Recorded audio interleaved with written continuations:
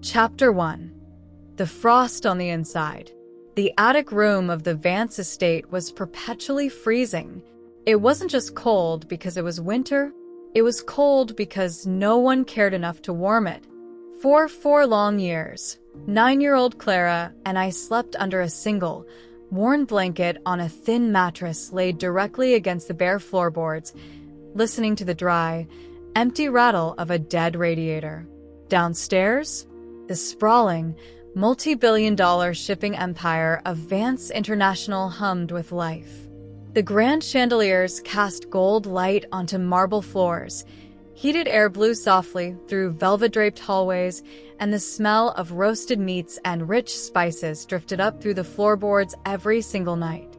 Upstairs, there was only Clara and me, 2 forgotten orphans, learning how to survive on air and silence. When our parents died 4 years ago in a dark, sudden car crash, Uncle Julian put on a masterclass of grief for the television cameras. He held a black handkerchief to his eyes, wiped away invisible tears, and promised the world he would care for his late brother's precious daughters. The press called him a saint. The moment the cameras stopped flashing, Julian locked my father's room, took control of the family estate, and banished Clara and me to the servant quarters under the roof. To Julian, his sharp-tongued wife Victoria, and their arrogant son Marcus, we weren't family. We were an embarrassing footnote, disposable charity. Julian had spent 30 years carrying a poisonous jealousy toward my father. My dad had been the visionary, the brilliant engineer who built Vance International's global logistics framework from nothing, the favorite son of our grandfather, Arthur Vance. When my father died, Julian didn't mourn. He took his revenge on 2 young girls who had no one left to defend them. Chapter 2. A Broken Doll and a Cold Wall. The turning point came on the morning of my 16th birthday. There was no birthday cake waiting for me, no songs, no cards, just the gray light of a damp morning seeping through the cracked window pane. The attic door creaked open. Clara walked in steps slow and heavy. Her face was deathly pale, and in her tiny hands, she clutched a broken plastic doll with its head snapped sideways. A deep, angry violet bruise was already swelling across her small, left shoulder. She was biting her lower lip so hard that a tiny bead of dark blood had formed on her skin, just to keep from making a sound. Evelyn. Clara, what happened? Clara. Marcus. He was in the lower hall. I just wanted to touch the grand piano. Evelyn, I didn't play a song. I just put my finger on one key. I wanted to hear what it sounded like. Clara. He threw his hard-cover textbook at my shoulder. He told me we don't belong in his house. He said if I ever touch the keys again, he'll break my fingers one by one. She looked up at me, her big, round eyes brimming with hot tears that she was too terrified to let fall. Clara. I tried to stay out of their way, Evelyn. I tried to walk real quiet. Why do they hate us so much? What did we do wrong? Something quiet, sharp, and permanent snapped deep inside my chest.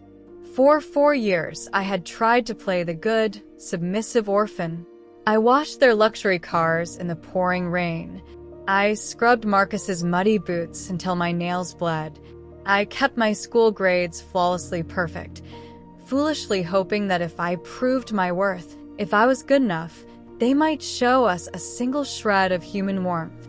Looking at the bruised shoulder of my 9-year-old sister, that desperate wish for their approval died, instantly freezing into an unyielding wall of solid ice. Evelyn, sit down on the mattress, Clara. Let me look at your shoulder. Clara. I'm sorry, Evelyn. I'm so sorry. Evelyn, look at me, Clara. Look straight into my eyes. Evelyn, you have nothing to apologize for. They hate us because we exist, because my father was twice the man Julian will ever be. But listen to me carefully. From this exact second, you do not speak to them. You do not look at them. You never ask them for a single crumb of food or a drop of water. We are done begging. We are on our own now. Chapter 3. The Revenge. That night, I stopped being a victim and started planning. Planning for future. Planning for survival of me and my sister.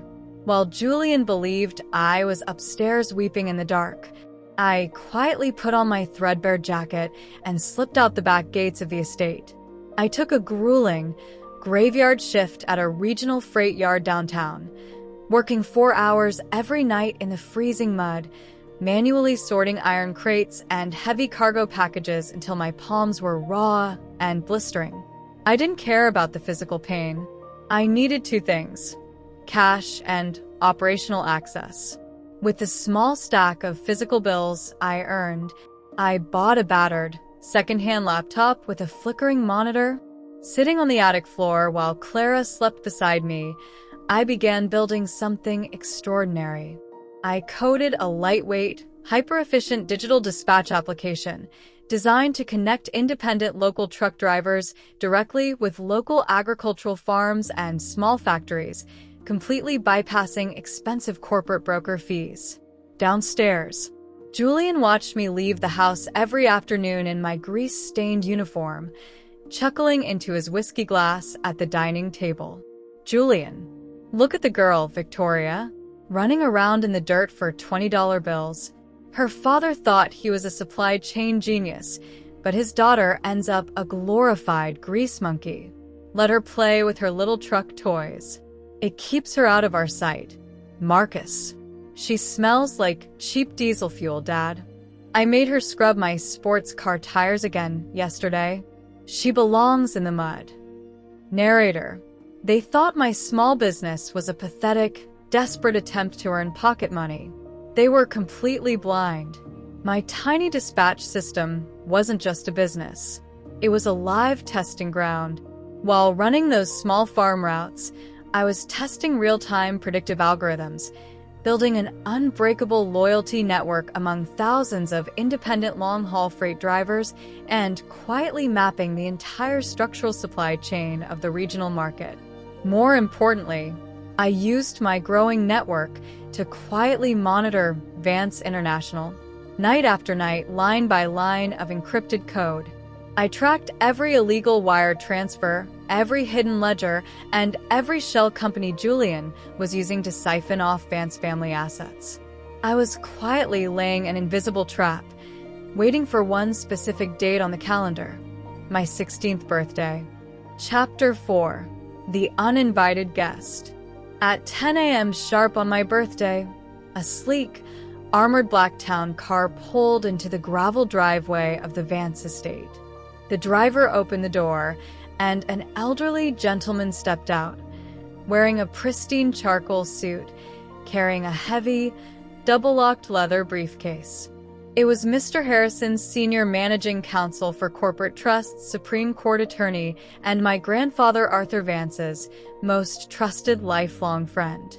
He had spent 4 years refusing to acknowledge Julian's illegitimately formed board. Now, he walked straight past the estate guards without presenting a pass.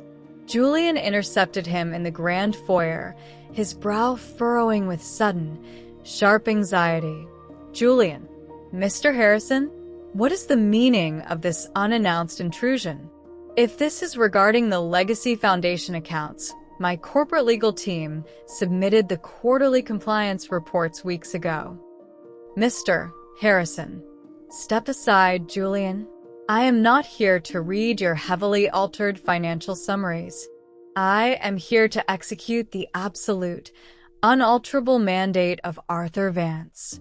Convene the entire family in the main study, right now. 10 minutes later, the family gathered in the plush, leather-paneled study of my late grandfather. Julian sat behind the massive mahogany desk, attempting to project calm authority.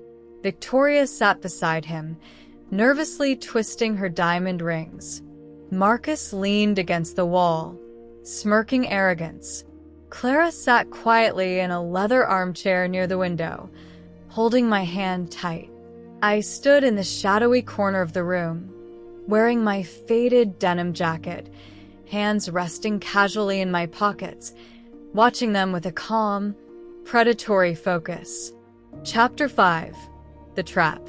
Mr. Harrison placed his briefcase onto the desk.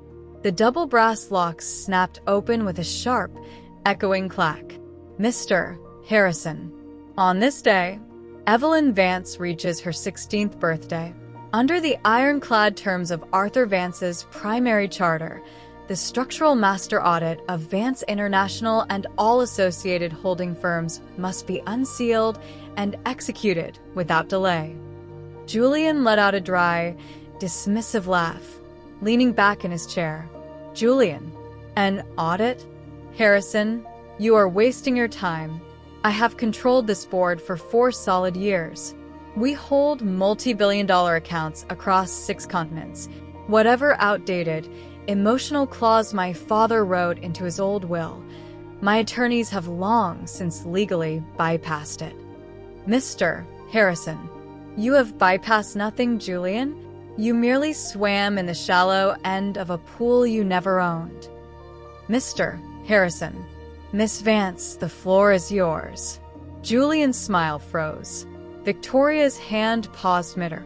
I stepped slowly out from the dark corner of the study into the center of the room. I didn't look like a scared, neglected orphan anymore. My posture was straight as a steel rod, my eyes cold and sharp as surgical blades. I pulled an ultra-thin, encrypted flash drive from my pocket and plugged it into the desk's master projection terminal. Immediately, a massive, high-resolution digital network map illuminated the wall behind Julian, showing hundreds of glowing crimson lines connecting global shipping lanes, offshore banking hubs, and hidden account numbers. Evelyn, for 4 long years, Julian, you watched me leave this house in grease-stained clothing. You sat at your lavish dinner table and convinced yourself I was sorting freight boxes because I was helpless. You mocked me for earning $20 bills. Evelyn, you never realized that I wasn't just sorting packages. I was studying your exact operational routing. Over the last 48 months, you, Victoria, and Marcus have systematically drained $50 million from Vance International's core treasury, laundering it into a secret, offshore holding shell registered in the Caymans, Vance Maritime Offshore Limited. Julian's face went completely gray. He slammed both hands onto the desk, standing up. Julian, that is a private, fully insulated foreign subsidiary. You have zero access to those servers. That data is illegal. Evelyn, I don't need access to your servers, Julian, when I own the physical logistics network every single one of your ships relies on to dock. Chapter 6. $1. I walked closer to the desk, pinning Julian with a gaze that made him instinctively shrink back into his chair. Evelyn, you leveraged $50 million of toxic, high-interest debt into that offshore entity to hide your catastrophic personal stock losses. You structured it so that if Vance International collapsed, you could strip the hard assets, flee to the Caymans, and leave Clara and me with zero. Evelyn, what your legal team failed to realize is that my father wrote that original offshore corporate charter 30 years ago. Deep inside Section 14 was a hidden fail-safe clause. Evelyn, if the offshore entity ever accumulated toxic debt exceeding 80% of its total valuation, and the primary directors were flagged for fiduciary fraud, the entity's entire master equity would be forced into an automated, emergency public buyback auction on the next blood heir's 16th birthday. I reached out and tapped the glass control pad on the desk.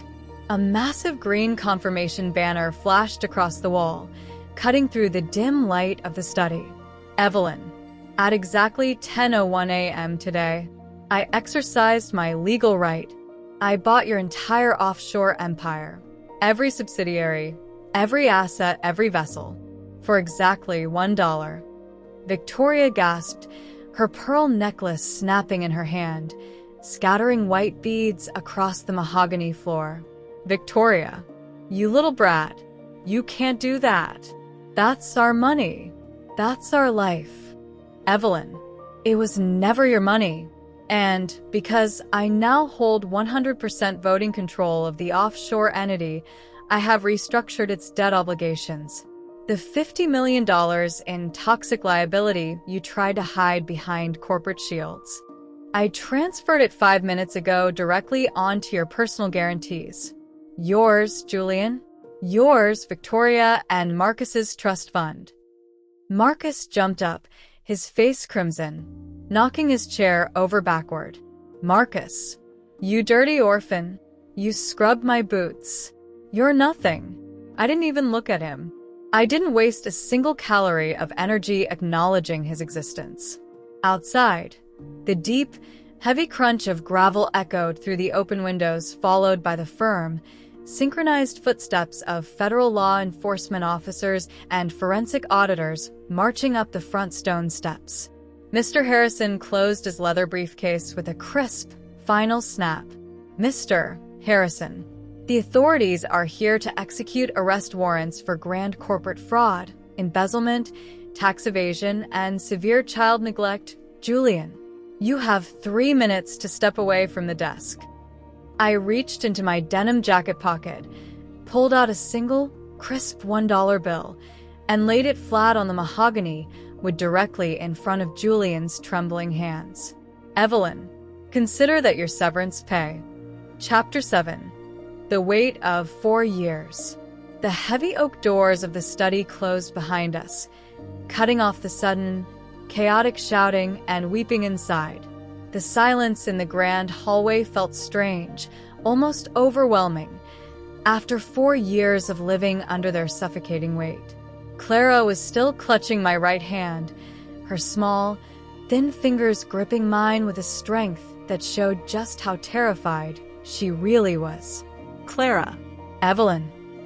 Are we really not going back to the attic?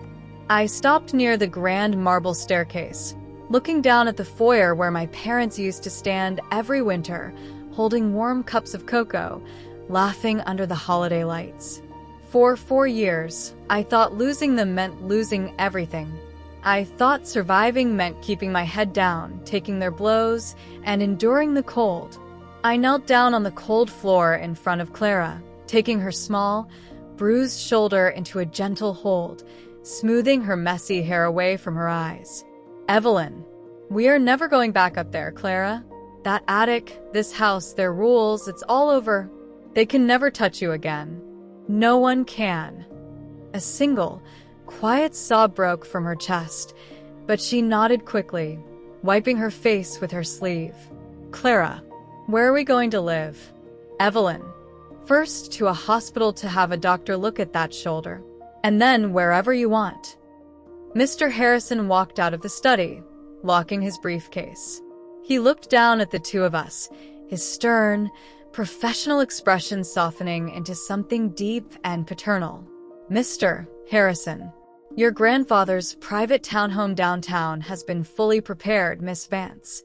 And your father, he would have been so proud of the sister you've been. I swallowed the heavy lump in my throat, looking up at him. Evelyn, thank you, Mr. Harrison. Sell this mansion, liquidate the luxury cars, pay off the household staff with generous packages, and donate whatever remains to youth shelters. I don't want a single dollar from this house. Chapter 8. Somewhere warm. We stepped out through the front doors into the crisp morning air. The red and blue lights of the police cars flashed against the frosted windows as Julian and Victoria were escorted down the steps in handcuffs. Their power, their arrogance, their stolen wealth, all reduced to dust in less than an hour. I didn't turn back to watch them. They had stolen 4 years of our childhood, but they wouldn't get another second of our future. I helped Clara into the soft leather back seat of the waiting town car and slid in beside her. The driver closed the door, and the engine hummed softly into life. The car's climate control blew gentle, warm air over our cold hands, a sensation so clean and comforting it almost felt unreal. Clara leaned her head heavily against my shoulder, her small body finally unclenching, letting go of a tension she had carried since she was 5 years old. She stared out the tinted window as the iron gates of the Vance estate opened and fell away behind us in the distance. Clara. Evelyn. Evelyn. Yeah, Clara? Clara. What kind of room are we going to have tonight?